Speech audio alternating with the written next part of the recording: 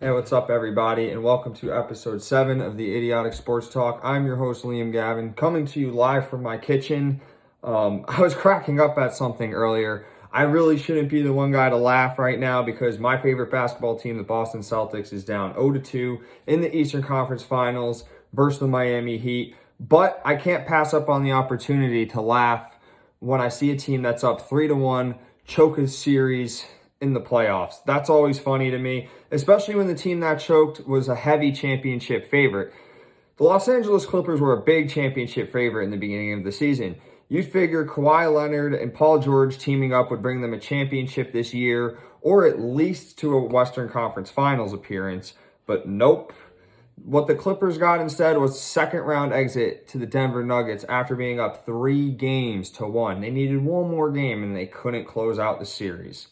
This Clippers team was deep when it came to depth. I mean, look at who they had. Outside of Kawhi Leonard and PG-13, this team had a 3-time Sixth Man of the Year winner in Lou Williams. And they also had another Sixth Man of the Year winner who won it back in September, Montrezl Harrell. So that's a 4-time Sixth Man of the Year award winners that they had coming off the bench. They also had a scrappy defensive point guard in Patrick Beverley. He liked to jaw and talk a lot of trash. They had Marcus Morris as well. He's another guy who's going to come out there with a ton of energy, talk a lot of trash. He played in Boston for a couple of years, averaged 13 points per game. I know how he plays. I know his style. He's the one that likes to just get after it and disrupt the other team. They also had two really good three-point shooters coming off the bench for them in Landry Shamet and Reggie Jackson. So who's everyone going to blame for this, right? Who's going to blame for the Clippers' failed season? Is it going to be the coach, Doc Rivers? I mean, after all, ever since Doc Rivers has been the coach, throughout his coaching career, he's blown 3-1 leads. The first time happened when he was the Orlando Magic coach in 2003. The second time when he was a Clippers coach in 2015. And the third time was Tuesday night against the Denver Nuggets.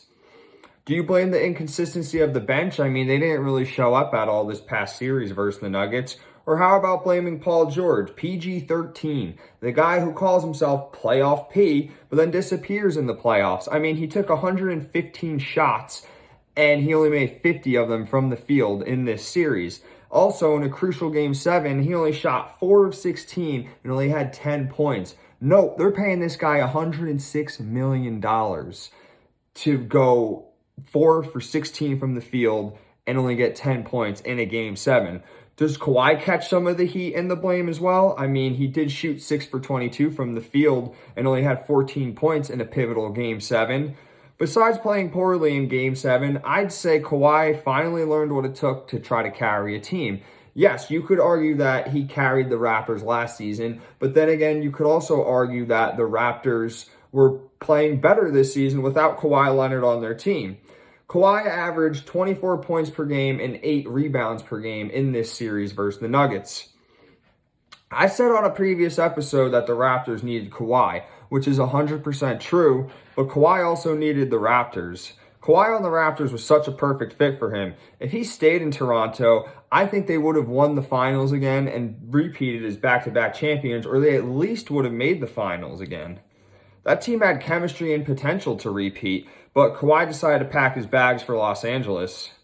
In the end, the Raptors were a second-round exit without Kawhi, and Kawhi was a second-round exit without the Raptors. When I first heard about Kawhi and PG-13 teaming up and going to the Clippers, I thought to myself, man, I can't wait.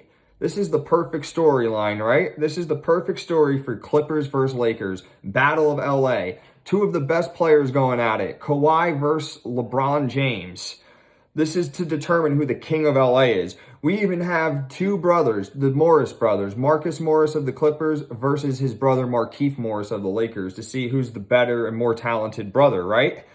But every story doesn't have to be perfect because the Nuggets came in and ruined that for them.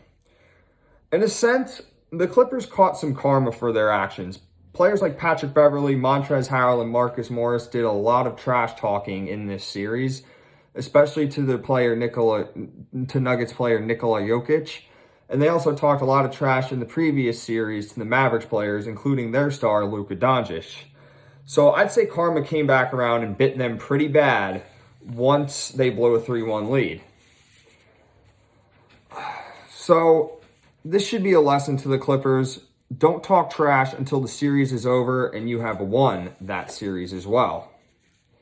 Kawhi, Paul George, and Coach Doc Rivers, they all should have been the voices. They should have been the leaders to tell these young guys, hey man, calm down. Let's focus on what's going on here. But instead, they all had to lose and experience a taste of humble pie. I still think the Clippers are going to be title contenders next year and in the future. But Doc Rivers has to get his squad playing under control. He can't let Lou Williams leave the bubble to go to the strip club. Although I do give Lou Williams props for doing that. That's hilarious. There's no hate for me. You can't blame the man for just wanting some wings and ass, right? You can't blame him. As for the Nuggets, they were down 3-1 in the playoffs, not only once, but twice. The first time was against the Utah Jazz. They were down 3-1. They came back. And the second time was against the Clippers. Nuggets center Nikola Jokic was a huge part of that comeback. He averaged this past series 24 points per game, 13 rebounds per game, and 6.5 assists per game in this series. He even closed out Game 7 with a triple-double. Jamal Murray was the other piece for the Nuggets' success. He averaged 22.5 points per game, and in Game 7, he put up 40 points. Here's a fun fact. Every series that Jokic and Murray have played in together has gone to Game 7. Seeing what the Nuggets is doing is amazing right now. But, however, I think the Lakers beat them in a 5-game series. But one thing's for certain. If the Lakers are up 3-1 against the Nuggets, they better be careful because the Nuggets will storm back and win the series. I mean, we've already seen it done twice, right? Third time, they could definitely get it done. As for the MVP race, that's the other topic I'm going to get into. Milwaukee's Bucks player, Giannis Antetokounmpo, won the MVP award.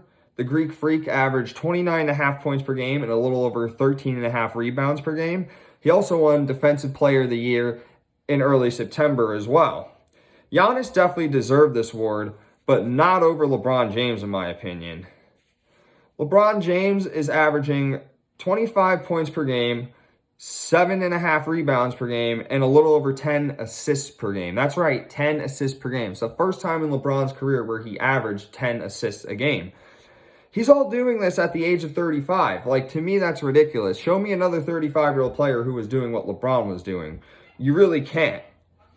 Some could even debate that James Harden deserved the award over Giannis. I'm not discrediting Giannis at all. I just think LeBron deserved it more. If you take Giannis off the Bucks are still a good team. I mean, look at what happened in the Heat series. The one game that Giannis didn't play, the Bucks actually wound up winning. If you take LeBron off the Lakers, yes, they'll still be playoff contenders and make the playoffs with Anthony Davis as their leader, but I doubt they would be the number 1 seed of the Western Conference and even make the conference finals. Game 1 of the Western Conference Finals starts tonight, and you don't want to miss that one. That's all for episode 7. Thank you all for tuning in. Remember to follow me on Instagram at The Idiotic Sports Talk, YouTube. Make sure you subscribe to my channel, The Idiotic Sports Talk. I'm doing a $100 cash giveaway for my first 100 subscribers on YouTube and my first 100 followers on Instagram. Thank you guys so much for tuning in and have a good night.